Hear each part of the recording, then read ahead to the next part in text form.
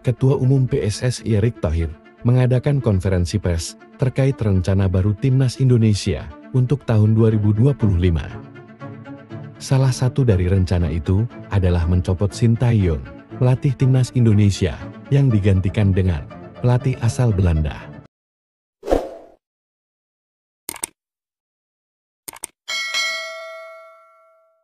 Assalamualaikum warahmatullahi wabarakatuh. Salam sejahtera untuk kita semua. Shalom, Om Swastiastu, Nama Budaya, salam kebajikan. Tentu apa yang kita lakukan hari ini tidak lain untuk kebaikan tim nasional.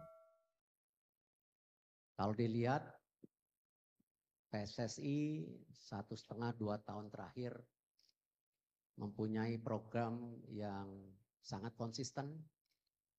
Kita bisa lihat bagaimana keseriusan kita membangun tim nasional putri, juga kejuaraan-kejuaraan untuk U17, U19, kita lakukan semua dengan segala prioritas dan juga target-target yang kita lakukan secara bersama-sama.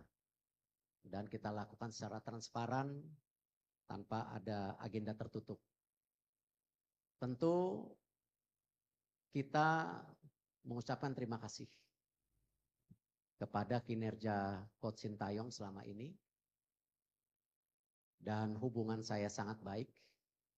Dan kita lakukan yang terbaik untuk program-program yang dikehendaki. Tetapi tentu dinamika daripada tim nasional ini perlu juga menjadi perhatian khusus oleh kami dalam evaluasi. Kita melihat perlunya ada pimpinan yang bisa lebih menerapkan strategi yang tentu. Dan kami sudah mendapatkan calonnya. Nanti juga kita undang semua media untuk press conference berikutnya di tanggal 12 nanti.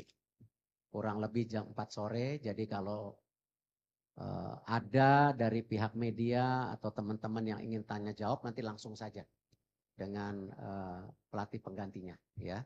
Tanggal 11 malam sudah mendarat, tanggal 12 nanti kita beri kesempatan untuk media bisa melakukan tanya jawab. Dan tentu beberapa agenda yang kita akan lakukan untuk hari Minggu dan Senin, ya, pertemuan dengan Exco, dampingi dengan beberapa asisten yang kualifikasinya tinggi, sehingga ini menjadi sebuah improvement, ya, supaya kembali perjuangan kita untuk menuju Piala Dunia, kita coba sekritikal mungkin segala kekurangannya kita bisa atasi. Karena target utamanya ini Piala Dunia. Dan keputusan ini bukan ya karena tentu tim nasional ini milik siapa-siapa, tetapi milik Indonesia. Tidak ada ya persepsi tim nasional ini milik Erick Thohir, milik PSSI atau milik coach, ya tidak. Tapi bagaimana kita memastikan semua dinamikanya ini kita ukur sebaik-baiknya sehingga hasilnya juga bisa lebih konsisten. Mungkin itu yang saya bisa sampaikan. Terima kasih. Wassalamualaikum warahmatullahi wabarakatuh. Baik, langsung saya berikan kesempatan bertanya kepada wartawan. Ya, satu. Ya. Selamat siang Pak Erik, saya Majid dari Tribun News. Pertama Pak Erik, mungkin dengan adanya pemerintahan ini beberapa hari lalu, belakangan ini juga publik kita terbelah ya Pak Erik ya, ada yang pro, ada yang kontra. Mungkin dari Pak Erik bisa menjelaskan kembali apa yang menjadi keputusan tadi kan strategi, terus kemudian program ke depan.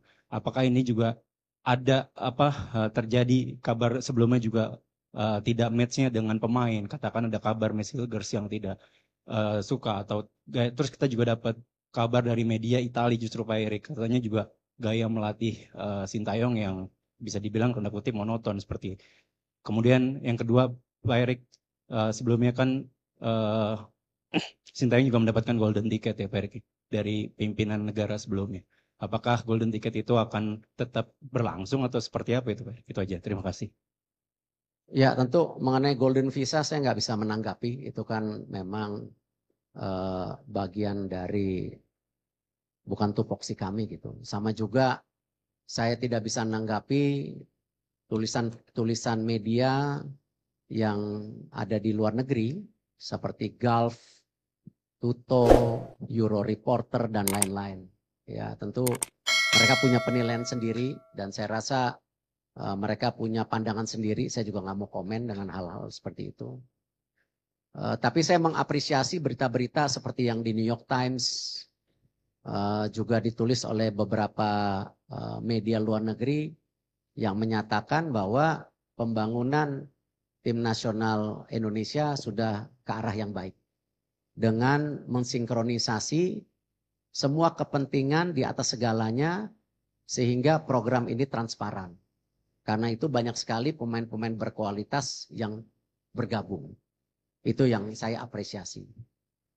Kalau saya lihat memang dinamika ini cukup kompleks. Kalau saja waktu itu kita mengambil keputusan yang tergesa-gesa mungkin kurang baik juga.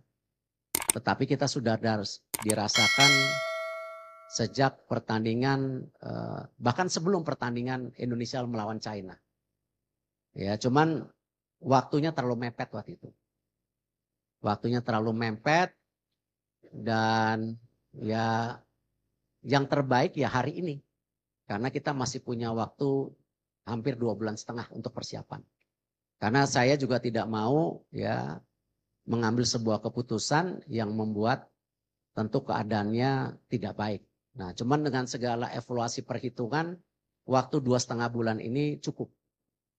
Ya, tidak tergesa-gesa hanya pada saat waktu dinamika yang terjadi Indonesia lawan China waktu itu. Itu yang saya bisa sampaikan. Ya, Mbak. Terima kasih, saya Fitrianto dari Republika. Pak Erik, apakah keputusan ini berkaitan dengan keselarasan dengan pemain-pemain naturalisasi yang mungkin kurang begitu baik dengan STY sehingga harus ataupun pemain Indonesia menurut saya sama saja.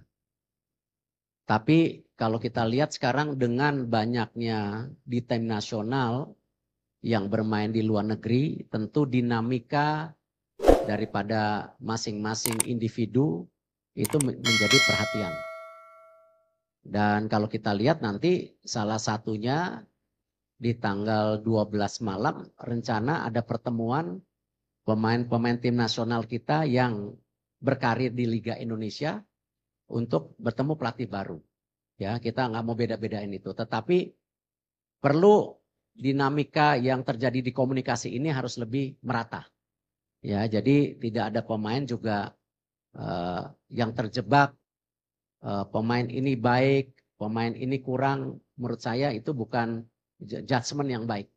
Ya, tetapi kita harus melihat tim ini sebagai sebuah komposisi yang satu. Sama. Di sepak bola itu yang paling berat ya memang intangible atau sesuatu yang tidak terukur. Salah satunya ya teamwork itu.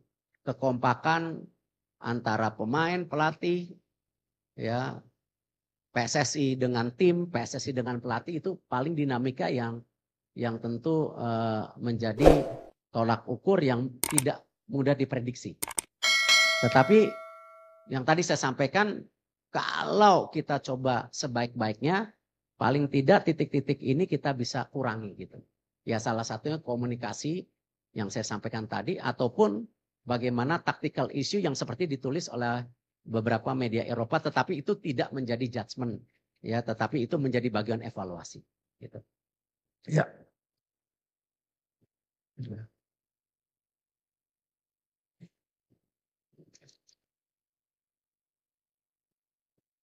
Mic-nya, tolong dibantu yang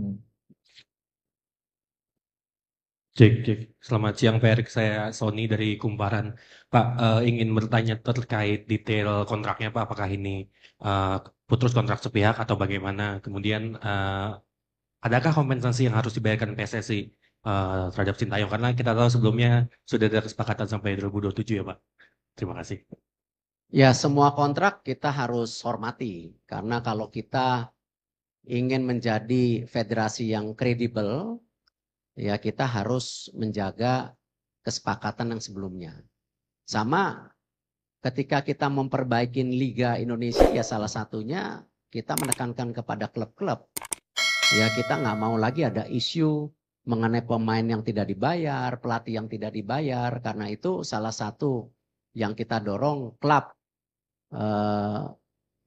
standarisasi klub yang ada di Liga, klub licensing itu kita akan terapkan di tahun depan, bahwa klub-klub yang melakukan pelanggaran itu tidak hanya dikurangin subsidinya tetapi poinnya. Nah kalau kita melakukan itu di Liga, tetapi PSSI sendiri tidak respect dengan apa yang dikomit, ya saya rasa bukan menjadi contoh yang baik. Kita harus menghormati segala perkataan dan kontrak-kontrak tersebut. Jadi kita tidak akan, dan Pak Marji, Coach Sintayong tanda tangan surat terimanya.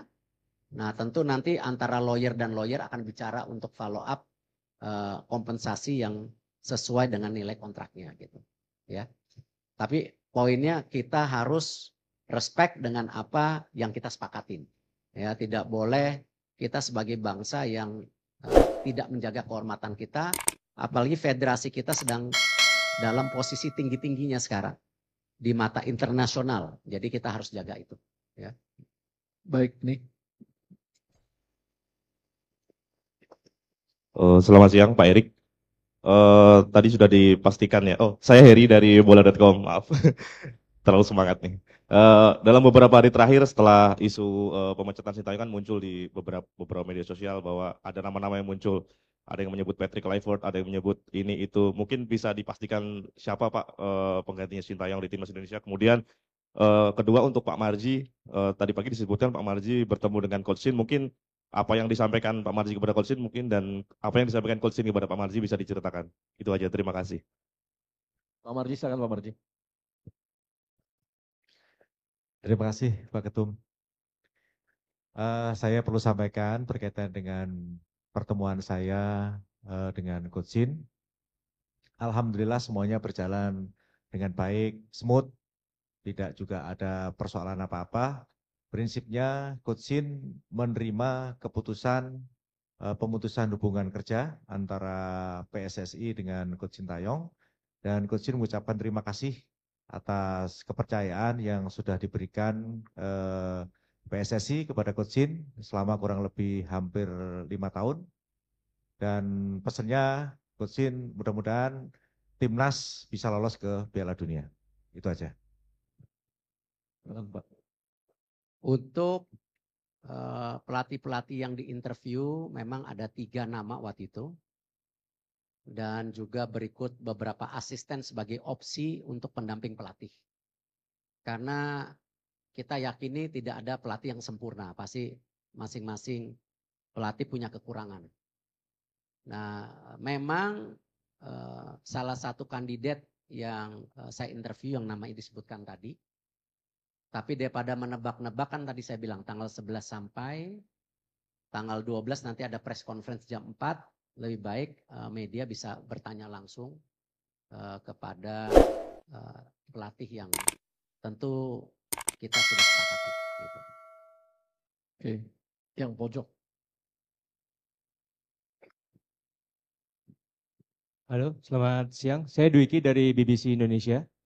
Saya mau bertanya, kan pergantian pelatih ini kan ada di tengah-tengah pada saat kualifikasi Piala Dunia yang sedang sebenarnya dalam posisi yang positif gitu ya. Sempat ada pemikiran nggak dari Pak Ketum dan juga tim PSSI keseluruhan bahwa jika mengganti pelatih di tengah jalan seperti ini akan menjadi blunder besar bagi PSSI?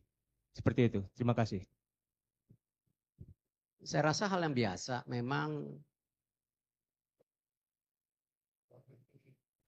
untuk posisi kualifikasi Piala Dunia ini juga banyak negara-negara mengganti pelatihnya.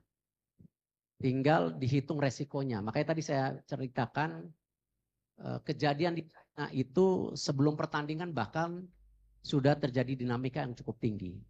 Ya Pak Marji benar ya. Tapi kita berhitung-hitung kalau itu dilakukan saat itu tentu jarak ke pertandingan berikutnya terlalu singkat.